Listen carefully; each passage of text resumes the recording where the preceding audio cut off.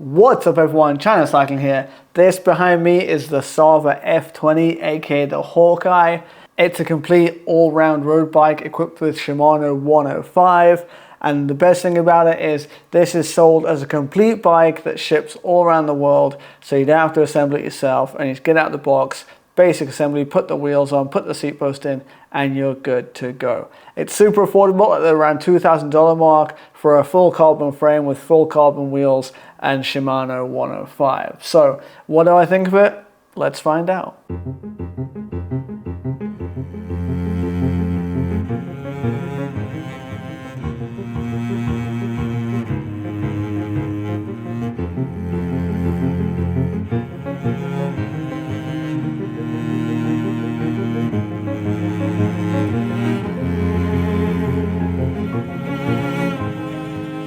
So who are Sava? And now it's the same old story, you know, it started out as a factory doing manufacturing for Western brands and now starting their own brand. Hugely popular here in China, you see Sava quite a lot. Definitely one of the more budget brands traditionally, but these days slowly going higher and higher end. But one thing they're also doing these days is reaching out into the overseas markets. I also see they have like a warehouse in the USA now that this bike actually ships from, but more on that later. If you've been watching the channel for a while, you'll have seen Sava at the Shanghai Bike Show. They've been in the video there for like 2 or 3 years running at this point, especially with their Dream Maker, that super eye-catching bike. But this, the F20, the Hawkeye, a bit more of a traditional bike with the handlebar front fork setup.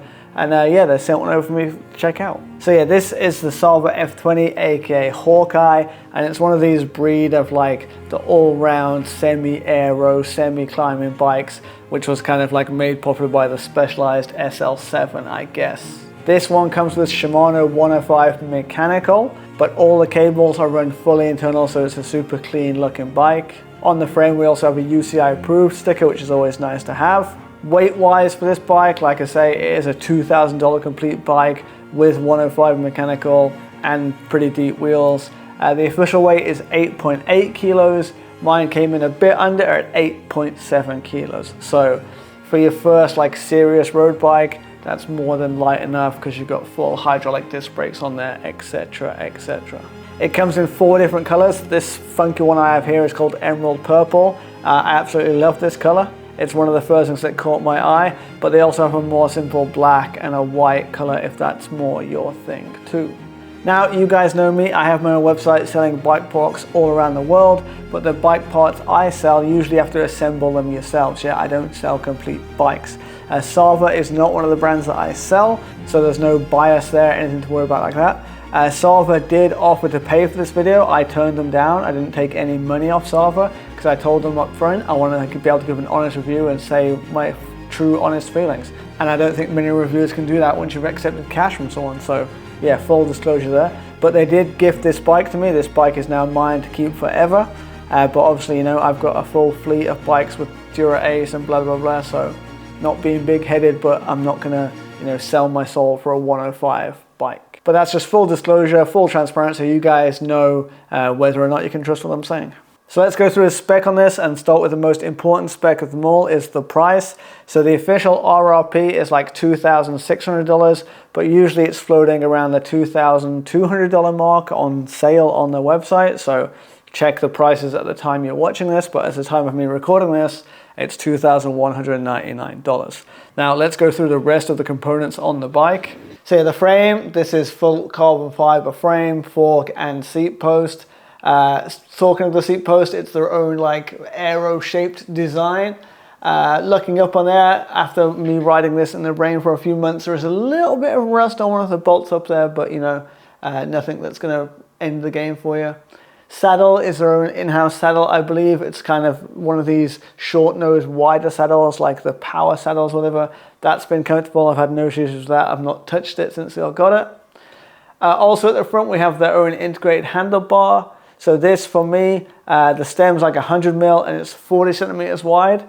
Now for me, that's a bit too wide. You know, this is an XS bike. I think 40 centimeters is a bit wide, but I think this bike is going to be lots of people's first like serious road bike, so having something that's not too narrow, I think it's good to help people keep control maybe.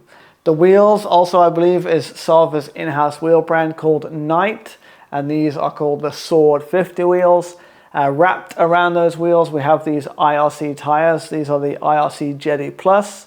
It's my first time using IRC tires, but obviously quite a well-known tire brand.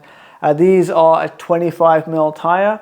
Again, you could say maybe being spec'd with 28mm tires would be a bit more modern, but you know, 25mm, I don't think there's anything wrong with that. Me personally, I like the way 25s ride. They're very snappy and responsive. So my frame is an XS frame, which is the equivalent of like a 49cm frame. There are 4 sizes. The largest size is a 56cm frame. So taller riders, you're probably not going to find something your size. But like I said, Sava are mostly focused on the Chinese domestic market, so sizes are always going to be a bit smaller. The paint job I really like, as I said earlier, they call it Emerald Purple. The purple with the lime green, I don't think it should really work, but it just does. Also, this down tube logo is like this brushed aluminum effect, also really cool. You'll have to excuse how dirty my bike is. It's been raining non-stop for like 3 months in Xiamen, and yeah, I've been riding this in the rain quite a lot. Shifting and braking do this are all handled by Shimano, so obviously you're never going to go wrong with Shimano. And this is the latest 12-speed Shimano 105 mechanical. Again, hasn't put a foot wrong as you'd expect. With it being mechanical and fully internal cable routing, I was a bit worried that the shifting wouldn't be great, but shifting has been fine. It's never missed a beat. After I rode it the first ride or two, I had to put a little bit more tension on the rear derailleur cable, but anyone who knows, that's like a 2-second job. Just wind the little barrel adjuster a sec. Other than that, the cable's running through the head tube and the handlebar. You really don't feel it too much. There's a little bit of resistance on the handlebar in there, but you know, that's being really, really nitpicky. I've slammed the stem, so when you do get this bike, I think it comes with like 4cm of spacers. The first thing I did was take those out, cut the steer tube, and lower the handlebar. You can do that without having to unplug the hydraulic cables. So just take the handlebar off, take the spacers out, cut the steer tube, put it back on. But if you don't know what you're doing, definitely take it to a bike shop to do something like that. But for most people, I think you can just ride it as it is out of the box. One thing I do really like that Sava did was their gearing choices. So on the front chainring, we've got 50-34 chain rings, which is obviously a nice friendly gear. Like all my bikes use 50-34 as well, but you know, some people think 50-34 is not a real man's gear or whatever. And on the back, we have an absolute godsend. We have an 1136 cassette. So the climbing gear on this is more than 1-to-1, which obviously as a beginner cyclist or just someone who likes climbing at high cadence like myself, I love this. I've loved having this gear on these rides around Xiamen. The crankset itself, the crank length is 170mm. Personally, I think if you're doing an XS frame, 165 would make more sense, but again, that's not really a black and white rule. That's just my own personal opinion. The wheels do have inner tubes in there. I assume they're just standard butyl tubes, but in the 500-600Ks I've been riding this, I've not got a single flat, so I honestly don't know. And yeah, that about covers the specifications. So let's talk about the ride feel. Yeah, I was impressed by this. Like I say, this handlebar is a bit wider than what I used to, so in the beginning it felt a bit for me like I was steering an oil tanker, but as soon as I got used to it, I was ripping the descents and having real good fun. You can still get pretty aero on it because there's still a decent amount of drop with it being an extra small frame. And yeah, in general, I was just very impressed for the price. You know, $2,000, 8.7 kilos, like, you know, for someone who's already into road bikes but has an aluminium road bike at the moment and wants to get the first carbon road bike, I think this is a great option. You know, I'm not going to say it's as good as my $10,000 bikes or whatever, but you know, it's definitely diminishing returns, right? Like, I can't say that a $10,000 bike is 5 times better than this bike. So the 8.7 kilos, it's not the lightest bike in the world. You do feel that a bit on the climbs, but by the same token, it's not the heaviest bike in the world, right? Yeah, you guys can go compare to other brands. At this price point, the $2,000 price point, like, it's hard to find a carbon bike anyway. So an aluminium bike is going to be 10 kilos. This is definitely going to be lighter than that. So yeah, can't go wrong there. As I said, for the past like 3 months in Xiamen, it's been raining almost non-stop, which meant I've taken this on some pretty epic rides up in the mountains in the rain, where, you know, you really need to be in control of the brakes on the descents. And again, those hydraulic 105 brakes didn't put a foot wrong. The frame itself, also, I think they did a good job on the layup. So obviously, with the layup, you can get it rung in so many different ways, being stiff in the places where you don't want it to be stiff and flexy in the places you don't want it to be flexy. For this frame, I think they did a pretty good job. I won't say it's, you know, S-Works level of refinement, but you know, it does the job. So let's quickly do kind of like a pros and cons, or what I like and what I don't like about the bike. So what I like, I kind of like the geometry. So like I said, I sized down to get an extra small. If I wasn't reviewing this, I probably would have changed the handlebar for one with a longer stem. But I want to keep the bike as stock as possible, so it's a meaningful review for you guys. But in this current setup over here, the geometry is super dialed. Like I said, on those descents, it feels really, really good. And still I have a lot of seat posts sticking out, which, you know, helps keep it comfortable. So I like that. I like that it's UCI approved.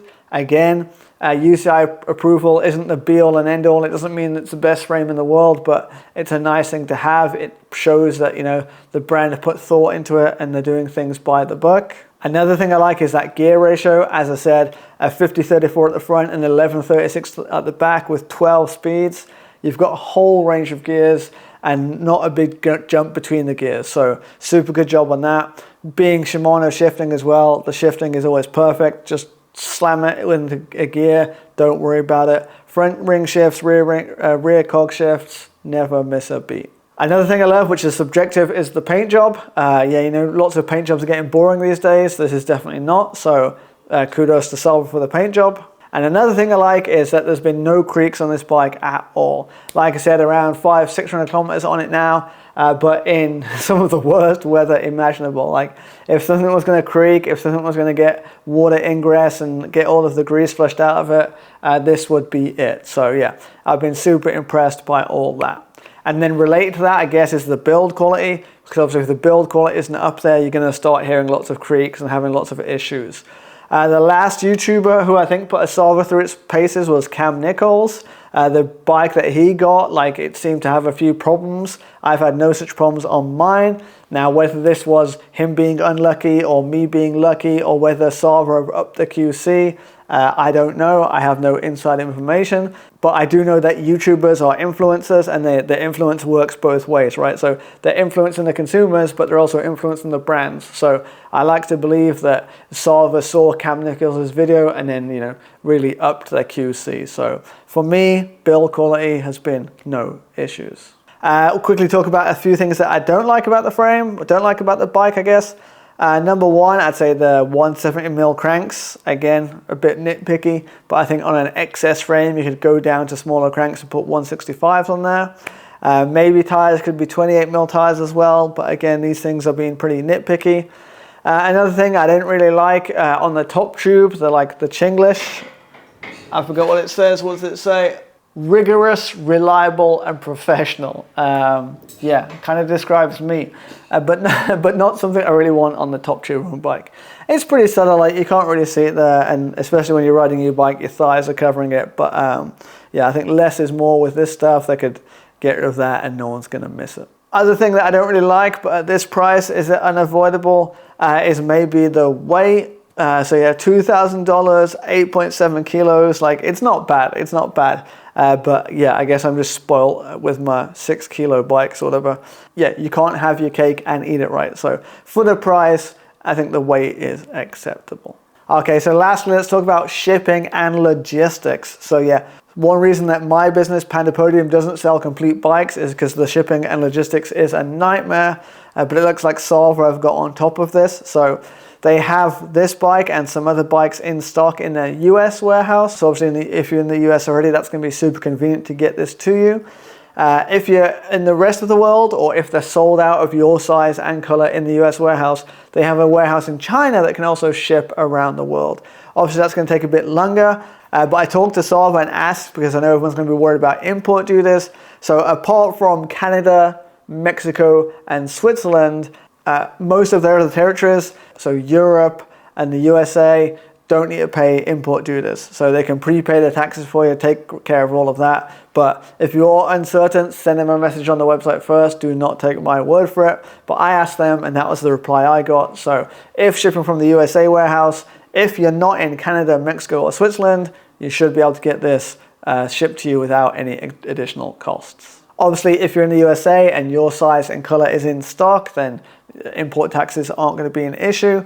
Also, if you are in the USA and it comes from either warehouse, either Chinese warehouse or USA warehouse, if you did have any issues and you had to send the bike back, you can just send back to the USA warehouse, which is always a cool peace of mind to have. But yeah, so if you want to get on the whole China bike bandwagon, but you don't want to build your own bike from scratch, I think this is a great option for you. So yeah, the bike comes 90% assembled and it's super easy to assemble it yourself at home, and voila, you have a cool rideable bike and you didn't have to build it yourself and watch a bunch of YouTube tutorials. If you are comfortable getting your hands dirty and building your own bike, I still personally think building a bike yourself is the better way to go, just because you can choose everything yourself, right? So as I said with this, I think the cranks are too long for most people. If you're building the bike yourself with individual pieces, you'll be able to choose your own crank length. The same with the handlebar width and the stem length and all this stuff too. So if you are comfortable getting your hands dirty, I still recommend, buy a frame, buy wheels, buy everything separately and build it yourself. But if you are not comfortable doing that and you just want a good value complete bike where the performance to price ratio is more than acceptable, then I definitely say check out the Sava F20. I'll put links in the description down below so you guys can learn more about it. They are not affiliate links. Like I say, you guys, you do you, nothing to do with me. I'm not here to shill stuff. It is what it is.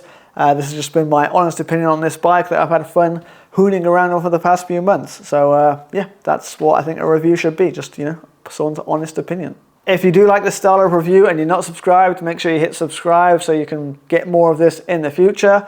Let me know in the comments down below what you think of Sava. What bike do you think I should review next? I do want to try get my hands on their Dreammaker. That thing looks pretty interesting, right? So we'll see if that happens soon. But yeah, anyway, let me know in the comments down below, and I guess I'll see you next time. China Cycling out.